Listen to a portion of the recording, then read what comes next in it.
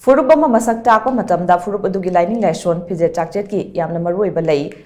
magi chatnabi ngak bahai basisu furup adugi tawdaba yadraba mane lamda masigi yellow furup sigi manungda ama oriba kabui rongmai hairiba furup asisu masagi haurakfam lining laison amadi chatnabi ngak tuna leiba furup amane Mahurol dagi chatnaduna laklaba kabui furup ki lining laison gi thorom amadi nat ki oiba jagoi sei singa sisu ngak tuna thamli hiramasigi matang do tom tv gi akhanaba report ma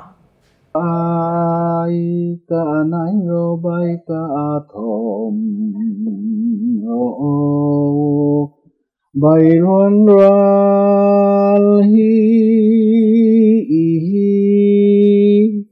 bai ro bai len no bai len no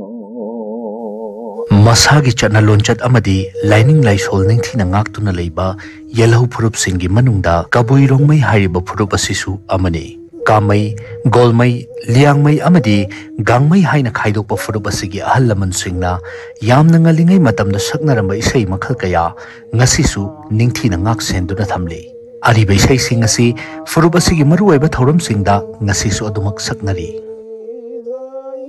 sei ayamba isai sakpa haibisi ekhoi thaba engkhang suba matamda lau satpa matamda sakpa isai na makhan ama oigare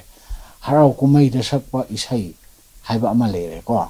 aduga leisa pakhang amaga nungsinabagi seithabagi isai haiba lere adu natana lighting gi isai haiba so leigare aduga ipa ipusinga kari haigani Leisabina toina saktaba sakpadi yai adu orsu magi simpham din nataba sapa luluang haibase pakhang matapna leiba pakhang adu mina sakadaba adu maipak isai haigadra adu gumba isai sulai ko Kabui rongmai furup ki layoi khraba ahal laman singna thambiramba isai sing asi manghan ba yade haiduna panmai dingbulungna ahal matam oiraklaba fauba ningthina ngak seli Chawrangna isai makhal kungani pan gi mathakta leiriba ariba isai sing asi ngasidi sakpi naba mi masing yamlaktaba namaram oiraga isai sing asi mangkhigadra natraga mutkhigadra haibagi nungnangba panmai dingbulungda lehauri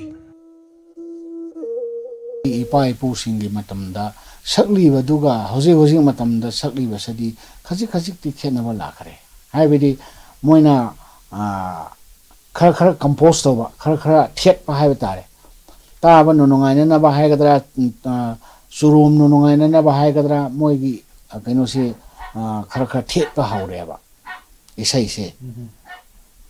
original ru kana su sakpa haidabum tawe adubu kharabudi saktuna lei ai ipa ai gi mur mapang singsu adum sakpa ai tai Mamangai da kumgi lau suba chatpa lau lingba harau kumai gi matam leisa pakhang gi oiba thoram sing amadi lighting gi oiba thabak thoram sing da ariba isai sing asi saknarami nausum isai dagi hauraga mi siba fawbada saknaramba isai sing asi matam gi matung ina ahongba kaya ama laktabadi natte ahongba kaya ama laktuna su layoi khraba ahal laman singna thambiramba isai gi machat sing kaidana thamba haibasi ngasigi mirol gi tawfadraba thodang amani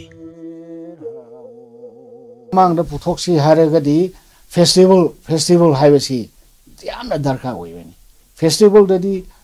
interest laiba mi su laitaba mi su yengning duna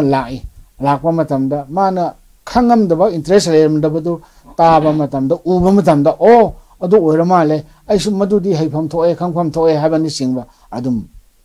lakani haba mi wabigi interest ta Ariba matamdagi chatnarakpa isai sing asi mangkhidanaba hotnagi hairabadi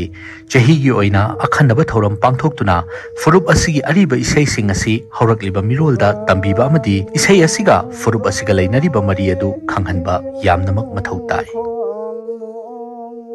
identity do puthoro haibam dan identity do puthok ningai le dagadi hayeng di ma gi jaga do le roi aduna loina tambal loi khare amuk inauna ipa ipu gi na ase noi thawai yaubiu natragadi matam sahi tara manga kun asi oiragadi ekhoi su le roi madu dedi kana na su noi ge mamang ga thoaga isai asmaina tawi instrument asmaina khomi pung asmaina yai haibana singba kana so takpi bang le roi maram maduna hoji tegi hauna ipanat ipunat habesi noi asirom da khara khambiyo tawbiyo abui furuk ki oina leiriba horok liban ha sing asina leijeriba ipai pu gi haktak tagi leirak liba adum laba isai nomai sing asi yokhat pa haibasi yamna tangai fadi haina khali amoromda la hiram sigi matang da su lengangna haiba furuk asi ko oina leiriba adum laba ariba isai sing amadi koigi leiriba culture gi masak sing asi yokhana widamak ahen memieng changbagi tangai fadaba lei iram asigi matang da paudam jariba cameraman Anand Galoinana Nabukumar Kaupam Times of Manipur Mahabali Kabui Khun